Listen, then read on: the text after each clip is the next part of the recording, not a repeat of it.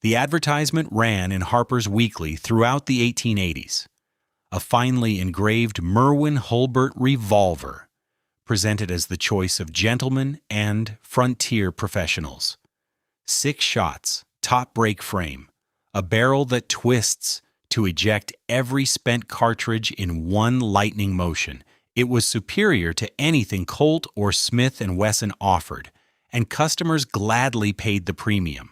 Yet by 1896, the company behind those ads no longer existed. Joseph Merwin was dead. His brothers-in-law couldn't replace him. The factory in Norwich kept producing the guns under a different name, then burned to the ground in 1900. Behind the smoke was a fatal structural flaw nobody had wanted to fix. 3 partners, 1 brilliant product, and 0 shared loyalty. The company that engineered America's finest revolver never even owned the factory that built it. As we uncover the full story of its dramatic rise and its brutal collapse, I want to hear from you. Which legendary company or forgotten factory should we investigate next? Drop your suggestions in the comments below.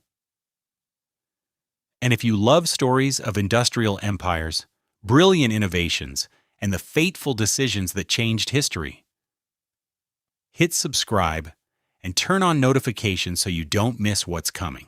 The story of the Merwin Hulbert revolver begins not in a Connecticut factory, but in a hardware store on Lower Manhattan, where a young merchant named Joseph Merwin was learning that the most profitable commodity in 19th century America was iron shaped for killing. Merwin opened his first shop on Chambers Street in the early 1850s, selling tools, fittings, and gunpowder to the wholesale trade.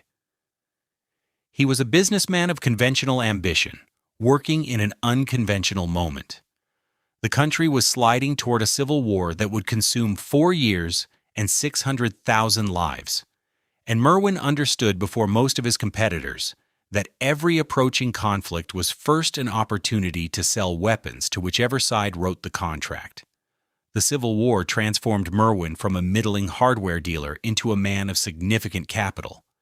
His firm secured contracts to supply Union forces with revolvers manufactured by other companies, marking them up, distributing them through military quartermaster channels, and collecting margins that no peacetime business could have matched. He partnered briefly with Edward Bray, then with Walter Hulbert, building relationships with manufacturers in Connecticut, Massachusetts, and Pennsylvania who produced the actual weapons. Merwin himself made nothing. He sold what others made. The distinction would seem trivial in 1864. It would prove fatal 30 years later. By the late 1860s, the firm of Merwin and Bray had become Hulbert Brothers and Company, with offices that occupied a multi-story building on Chambers Street in the heart of New York's mercantile district. Joseph Merwin remained the senior commercial partner, the man who understood markets and margins. Around him gathered the men who would carry his name into history.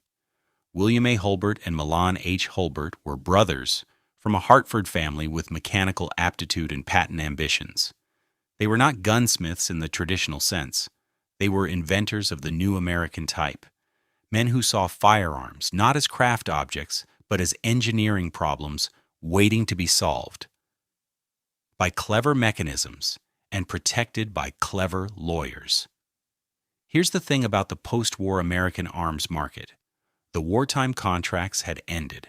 The federal government no longer needed thousands of revolvers a month, but the West was opening, and a new market was emerging that the old craft gun makers had not yet learned to serve. Settlers moving across the Mississippi wanted reliable sidearms. Lawmen in mining camps and railroad towns needed weapons they could trust in close quarters fighting. Pinkerton agents traveled armed through territory where law was a suggestion. Colt dominated the cavalry trade. Smith and Wesson had carved out the cartridge revolver market with patents that would expire in 1869, opening the field to whoever could move quickly enough to claim it. The Hulbert brothers moved quickly. Working through the late 1860s and early 1870s, they began filing patents on revolver mechanisms that would, if properly executed, surpass anything Colt or Smith and Wesson then produced. The central innovation was a system for extracting spent cartridges simultaneously by twisting the barrel and cylinder assembly forward on a threaded sleeve. A shooter could reload a 6-shot revolver in seconds rather than the half-minute that loading gate weapons required. The mechanism was elegant. It was also expensive to manufacture, requiring tolerances that conventional gunsmithing struggled to achieve. The brothers held the patents. Joseph Merwin held the capital and the commercial network. Together, they had everything required to build a great American gun-making enterprise. Everything except a factory. They had no foundry, no machine shop, no workforce trained in firearms manufacturing.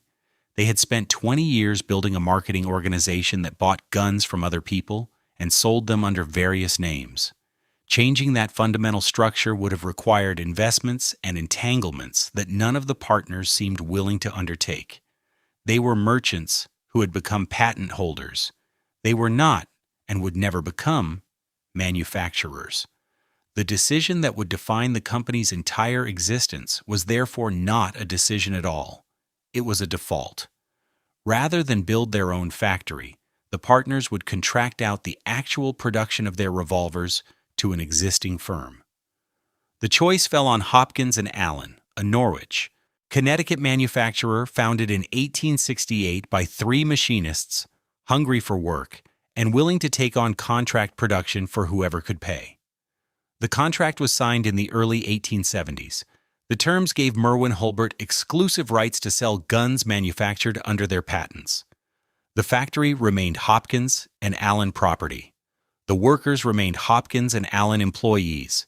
The machinery, the buildings, the supply chains, and the institutional knowledge stayed in Norwich, while the marketing, the capital, and the patent portfolio stayed in New York. 3 companies, 1 product, 0 shared loyalty.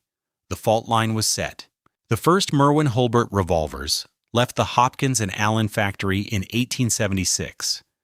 They arrived in Joseph Merwin's New York warehouse packed in wooden crates, each weapon individually inspected, each cylinder timed by hand, each barrel proofed for pressure. The country was celebrating its centennial. Custer had just been killed at the Little Bighorn. The Transcontinental Railroad was 7 years old, and the territory it crossed was still raw enough that a man riding alone needed a sidearm he could trust absolutely. The revolver Merwin began shipping that year was, by any technical measure available, in 1876, the best handgun produced in America. To understand why, you have to hold one. The frame was forged steel, blued or nickel-plated according to the customer's order, with checkered hard rubber grips that filled the palm. The weight ran roughly 2.5 pounds in the larger calibers. It was heavier than a Colt single-action Army of comparable barrel length, and the weight was distributed forward, giving the muzzle a steady authority that recoil could not easily disturb. The trigger pull was crisp. The hammer drew back with a deliberate, audible click that told the shooter exactly where each stage of the action sat. The reload was where the weapon became extraordinary. A shooter pressed a lever on the left side of the frame, twisted the barrel and cylinder assembly 90 degrees to the right, and pulled the entire unit forward along a threaded sleeve. As the cylinder moved away from the standing breech, an extractor held all 6 spent cartridges in place. The fired cases fell free. The live rounds, shorter than the spent cases, remained in the chambers. A practiced shooter could replace the empties, slide the assembly back, and lock the barrel into firing position in under 5 seconds. A Colt single-action Army required the shooter to open a loading gate, push a spring-loaded rod against each spent case individually, rotate the cylinder, and repeat the process 6 times. 30 seconds was a fast reload with a Colt. 5 seconds was a Merwin Hulbert reload. Picture this. A frontier lawman pinned behind a horse trough in a Kansas cattle town. 3 armed men advancing on his position. He has fired his 6 shots. With a Colt, he is dead before he finishes reloading. With a Merwin Hulbert, he is back in the fight before the third man has crossed the street. 25 seconds was the difference between a coffin and a courtroom. The men who carried these weapons understood the arithmetic. Frank James, the elder of the James brothers, surrendered to Missouri authorities in 1882 after his brother Jesse was killed by Robert Ford. James was tried, acquitted, and lived out his remaining years as a private citizen, working briefly as a starter at horse races and giving tours of the family farm. He carried a Merwin Hulbert. The weapon appears in surviving photographs and was confirmed by multiple contemporary accounts. He was a man who had spent 2 decades being shot at, and when he chose his post-war sidearm, he chose the gun that reloaded fastest. The Pinkerton National Detective Agency was a more institutional customer. Alan Pinkerton had built his organization on disciplined professionalism, and his field agents traveled through territory where local law enforcement was unreliable or hostile. Pinkertons pursued train robbers, escorted gold shipments, infiltrated labor organizations, and conducted surveillance operations that frequently ended in gunfire. Internal Pinkerton records and surviving issued weapons confirm that Merwin Hulbert revolvers were standard equipment for senior field operatives through the 1880s. The agency was not sentimental about tools. They selected what worked. Wells Fargo and Company armed its stagecoach messengers and express guards from a mixed inventory that included Merwin Hulbert revolvers alongside Smith & Wesson and Colt products. The messenger riding shotgun on a Concord coach through Arizona territory faced ambush scenarios where rapid reloading meant survival. Wells Fargo armorers stocked the Merwin Hulbert specifically for that purpose. Frontier sheriffs in Texas and the Dakota Territory ordered them through mail-order catalogs. Mining camp marshals carried them. Cattle drive trail bosses bought them. The marketing operation that supported all of this ran out of Chambers Street in Manhattan. Joseph Merwin understood, decades before the term existed, what brand positioning required. The Merwin Hulbert was sold as a premium product at a premium price, and the advertising never apologized for either. Catalog illustrations rendered the revolver in fine engraved detail, often shown with mother-of-pearl grips and gold inlay. Newspaper advertisements in Harper's Weekly and Leslie's Illustrated emphasized accuracy, reliability, and the social status of its users. The price ran 20 to 40% higher than a comparable Colt. Customers paid the premium willingly. By 1880, Joseph Merwin presided over a commercial operation that seemed to validate every decision he had made. The patents were earning. The factory in Norwich was producing thousands of revolvers a year. The Hulbert brothers were filing additional patents on improvements and variations. The advertising machine in New York was building the brand into a household name among the customers who mattered. Frank James, Pinkerton agents, Wells Fargo guards, frontier lawmen. The list of users read like a roster of the men who shaped the American West, and every name attached to the brand added value to the brand. Merwin was 53 years old. His business was at the height of its powers. He had built, from a Chambers Street hardware store, a firearms enterprise whose product genuinely deserved its reputation. The pinnacle had been reached. He did not know it was a pinnacle. He believed it was a foundation. The first crack appeared not in a boardroom, but in a Hopkins and Allen catalog issued sometime in the late 1870s. The catalog advertised pocket revolvers and small-frame handguns, manufactured in Norwich and sold under the Hopkins and Allen name directly to retailers and mail-order houses. The guns were not Merwin Hulbert designs. They were cheaper, simpler weapons aimed at customers who could not afford the premium product Joseph Merwin was marketing from Chambers Street. On paper, this did not violate the partnership agreement. The contract gave Merwin Hulbert exclusive rights to sell guns manufactured under their patents. It did not require Hopkins and Allen to produce nothing else. In practice, it was the beginning of the end. Charles A. Converse, Charles W. Hopkins, and Samuel S. Hopkins had founded their company in 1868 with a clear ambition. They wanted to be gun makers, not contractors. The Merwin Hulbert Agreement had been a means to that end, providing the steady revenue and machine investment required to build a real manufacturing capability. Once the factory was producing thousands of revolvers a year on the contracted lines, the same machinery and the same skilled workforce could be turned to producing other guns during the hours and shifts not committed to Merwin Hulbert orders. The Hopkins and Allen partners began doing exactly that. They sold their own house brand revolvers to wholesalers in New England and the upper Midwest. They built relationships with retailers Merwin had never serviced. They learned gradually what it felt like to be a manufacturer with its own customers, rather than a contractor with one. Joseph Merwin understood what was happening. The surviving correspondence shows he understood. But he was trapped by the same structure that had made him rich. He could not punish Hopkins and Allen without losing the factory that produced his revolvers. He could not buy the factory without raising capital his partnership was unwilling to commit. He could not build a competing factory without a 5-year construction effort and a manufacturing learning curve that would have devastated current operations.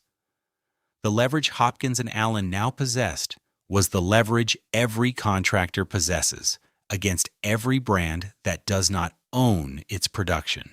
They could not be replaced quickly. They could not be replaced at all without enormous cost. And they knew it. Meanwhile, in Hartford and Springfield, the competition was building something Merwin Hulbert could not match. The Colt's patent firearms manufacturing company occupied a sprawling factory complex on the Connecticut River that employed over 1,000 workers and produced firearms in volumes the Norwich operation could not approach.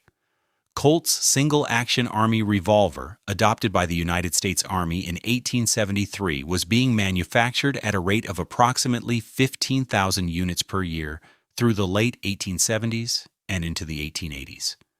The mechanism was simpler than the Merwin Hulbert design. The reload was slower. The accuracy was comparable, but not superior. None of that mattered, because Colt owned its factory, controlled its costs, and could price the single-action Army aggressively enough to dominate the volume market. Smith & Wesson, operating from Springfield, Massachusetts, ran a similarly integrated operation. The company had pioneered the metallic cartridge revolver in the 1850s and protected its innovations with patents that had given it a near monopoly through the Civil War.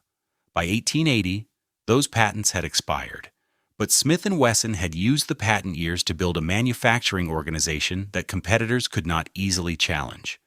The company produced top-break revolvers with simultaneous extraction systems of their own design, technically inferior to the Merwin Hulbert mechanism, but adequate for most users and considerably cheaper to manufacture. Smith & Wesson sold to the United States military, to foreign governments, and to civilian markets across 3 continents. Picture this: a New York office on Chambers Street, 400 miles from the factory that produces every gun the company sells. Telegrams travel daily between Manhattan and Norwich, ordering production schedules, specifying caliber variants, requesting modifications. The factory complies with what it chooses to comply with and quietly produces its own competing line during the shifts the contract does not cover. The patents that protect the company's product are filed by men who do not work in the factory and do not employ the workers who build the guns. The capital that funds the operation sits in a Manhattan bank, controlled by a hardware merchant who has never personally machined a barrel or fitted a cylinder. 3 companies, 1 revolver, 0 shared loyalty. Across the river in Hartford, Colt's foundries ran on Colt's coal, paid by Colt's accountants, supervised by Colt's foremen, producing Colt's revolvers for Colt's customers. The contrast was structural and total. Colt would survive its founders, its market downturns, and its product transitions because the company was a coherent industrial organism. Merwin Hulbert was a contractual fiction that produced exceptional revolvers through an arrangement that could collapse the moment any one of its three constituent parts decided to walk away. By the early 1880s, the locked system had become visible to anyone who looked closely. Merwin could not modernize without owning the factory. Hopkins and Allen could not grow without breaking the partnership. The patents would eventually expire, removing the legal protection that justified the premium pricing. The cost structure could not be improved because every efficiency gain required investments that no single partner had authority to authorize unilaterally. Each year, Colt and Smith Wesson grew larger and stronger. Each year, the Norwich factory produced its Merwin Hulbert revolvers in volumes that did not increase substantially. The pinnacle Joseph Merwin had mistaken for a foundation was, in fact, a ceiling. The trap had closed. The participants did not yet know it. Joseph Merwin died in the spring of 1880. He was 54 years old. The cause was reported in the New York papers as a sudden illness, the kind of vague 19th century medical attribution that could mean heart failure, stroke, or any of the dozen conditions that physicians of the era could neither diagnose nor treat. He left behind a wife, no surviving children, a Chambers Street firm at the height of its commercial success, and a business structure that depended entirely on his personal judgment to function. The commercial brain that had built the operation was gone overnight. The Hulbert brothers attempted to fill the vacuum. William and Milan reorganized the New York office as Hulbert Brothers and Company, taking direct control of the marketing and distribution operations that Merwin had personally supervised for 3 decades. They were intelligent men and competent inventors. They understood the patents that protected their revolvers. What they did not understand and could not learn quickly enough was the commercial network Merwin had built through 30 years of relationships with jobbers, retailers, military contracting officers, and the foreign agents who sold American firearms in Europe and Latin America. Those relationships had been personal. They could not be inherited. Orders began to slip, not catastrophically, not all at once, but steadily. Retailers who had ordered through Joseph Merwin found that the new management at Chambers Street was less responsive, less flexible on terms, less able to anticipate seasonal demand. Wholesalers diversified their inventories, adding more Colt and Smith Wesson product, reducing their dependence on the Hulbert brothers. The premium pricing that had been justified by Merwin's brand management began to look excessive when the brand management itself was visibly weaker. The patents made the situation worse. The core Merwin Hulbert patents on the simultaneous extraction mechanism had been filed in the early 1870s. United States patent law in that period granted protection for 17 years from the date of issue. By the late 1880s, those patents were expiring one by one. Competitors who had spent a decade watching the Merwin Hulbert mechanism from the sidelines began producing their own simultaneous extraction designs without paying licensing fees. The technological moat that had justified the premium positioning was draining away. Hopkins and Allen watched all of this with the calculation of a contractor that no longer needed its contract. The Norwich factory had spent the 1880s building its independent business. By 1888, Hopkins and Allen was producing more guns under its own name than it produced for Merwin Hulbert. The partners in Norwich began to renegotiate terms more aggressively, demanding higher per-unit margins on contract production, slower delivery schedules, and reduced exclusivity provisions. The Hulbert brothers had no leverage. They could not threaten to move production elsewhere because there was nowhere else to move it. They paid what Hopkins and Allen demanded. The Panic of 1893 finished what the patent expirations had started. The financial crisis began with the failure of the Philadelphia and Reading Railroad in February of that year.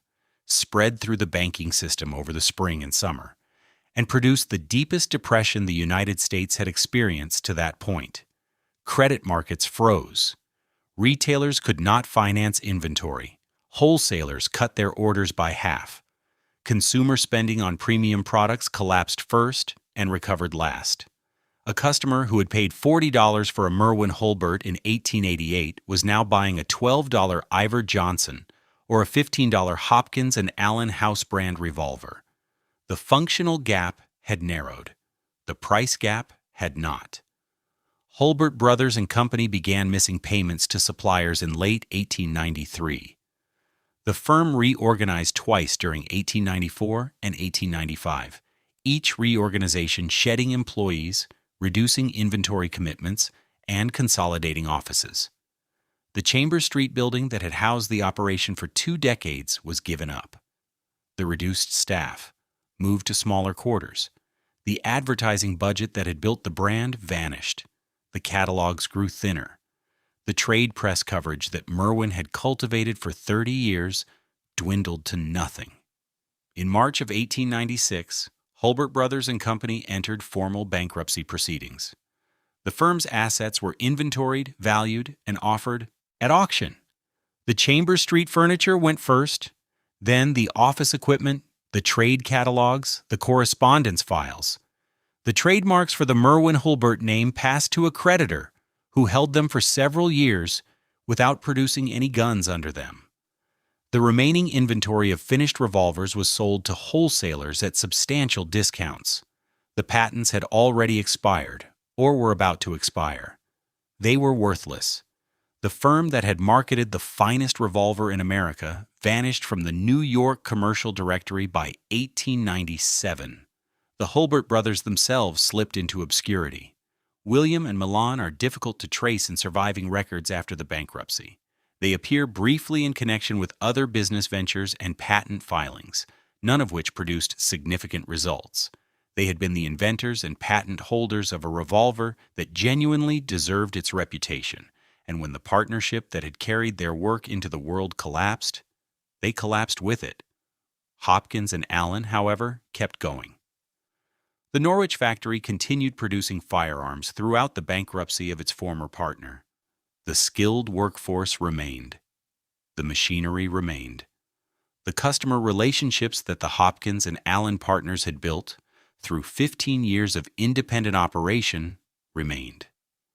The factory that the Merwin Hulbert brand had funded outlived the brand that had funded it. Let that sink in. The marketing company died. The factory it never owned continued making revolvers for another 20 years. Hopkins and Allen would never again produce a weapon that matched the engineering quality of the original Merwin Hulbert revolvers. The patents were gone. The Hulbert brothers were gone.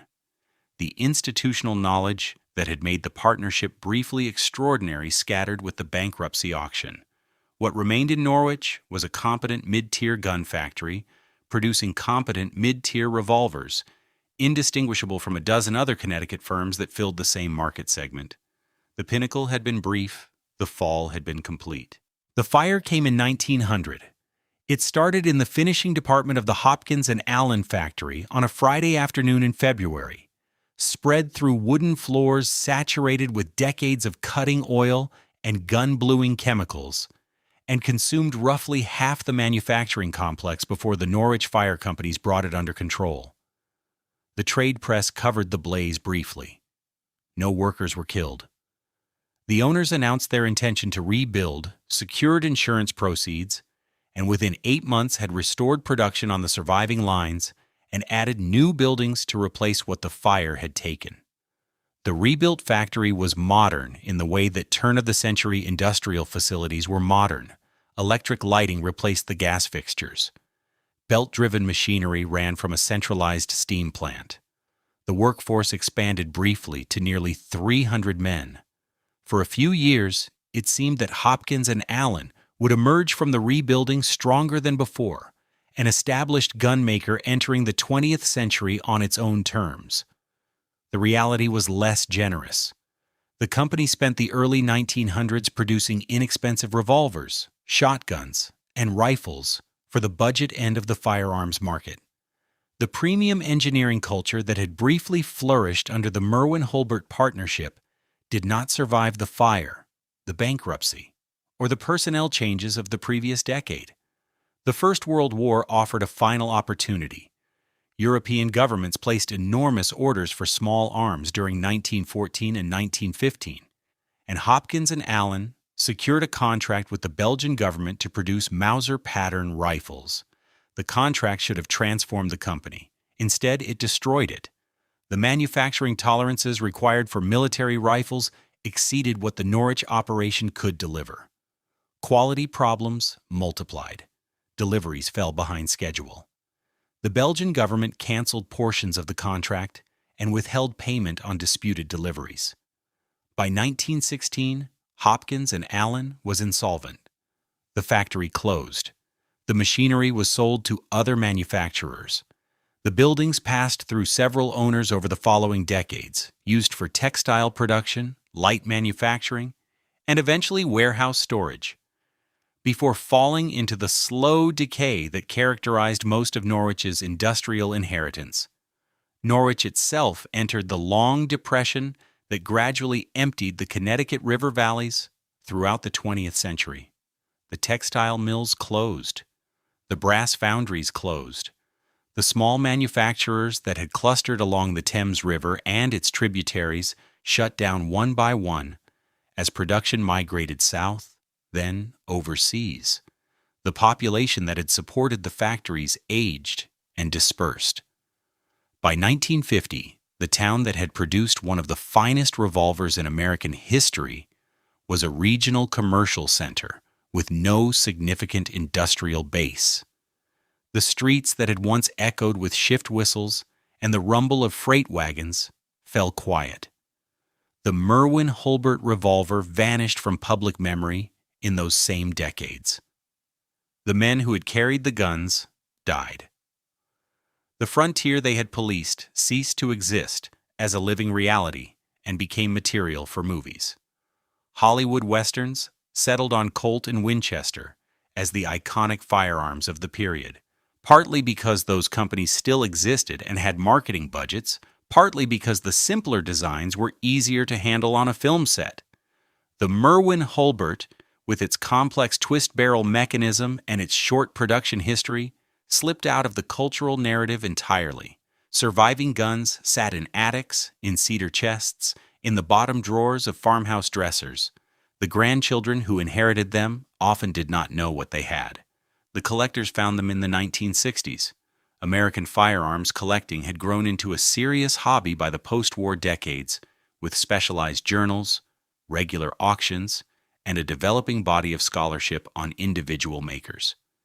Researchers began publishing on the Merwin Hulbert revolvers, documenting the patent history, the model variations, and the production records that survived in the fragmentary archives of the bankrupt firms. The guns themselves began appearing at country auctions in New England, in the estates of old families who had purchased them new in the 1880s. Collectors discovered that the mechanism worked exactly as it had been designed to work, that the engineering quality had been genuine, that the reputation had been earned. Prices climbed steadily through the 1970s and 1980s. A standard Merwin Hulbert revolver that might have sold for $50 in 1950 was bringing $500 by 1980. By the 2000s, ordinary specimens routinely sold for $2,000 and $3,000 at major auctions. Engraved examples, presentation pieces, and rare variants moved into five-figure territory. A particularly fine-cased Merwin Hulbert with original accessories sold at Rock Island auction in recent years for over $30,000. The market valued what the market had once forgotten. The guns sit now in glass cases in museums and private collections across the country. The Cody Firearms Museum in Wyoming holds several. The National Firearms Museum in Virginia holds others. Specialized collections in Connecticut, Missouri, and Texas preserve additional examples. Each weapon represents a moment when American manufacturing achieved something genuinely excellent through an arrangement that could not sustain its own excellence. The barrels still twist forward smoothly on their threaded sleeves. The extractors still release all 6 spent cartridges in a single motion. The hammers still draw back with the deliberate, audible click that told a frontier lawman exactly where each stage of the action sat. In Norwich, the Hopkins and Allen factory site is mostly gone. Portions of the old brick walls remain incorporated into later buildings along the Thames River. The street pattern preserves the outlines of the industrial complex that once stood there. Walking through the area today, you can still find the river that powered the original machinery, the rail lines that carried the finished revolvers to New York warehouses, the foundations of structures whose purposes have been forgotten. The current residents of the neighborhood know vaguely that the area was once industrial. Most do not know what was made there. The name Merwin Hulbert means nothing in the town where every gun bearing the name was actually built. The revolver behind the museum glass does not require interpretation. It carries its own history in the precision of its mechanism, the weight of its frame, the deliberate quality of its finish. A visitor leans close to read the small placard explaining what the weapon was and who made it. The placard does not mention the 3 companies. It does not mention Chambers Street or the contracts or the patent expirations or the bankruptcy proceedings of 1896. It mentions a name and an era, and the fact that this particular gun, this particular finely engineered piece of 19th century American iron, was once carried by men whose names are remembered when the maker is not. The rivers in Norwich still flow toward the sound. The factories that lined them are gone. The revolver behind the glass sits silent, and the silence is the only thing the story has left to say.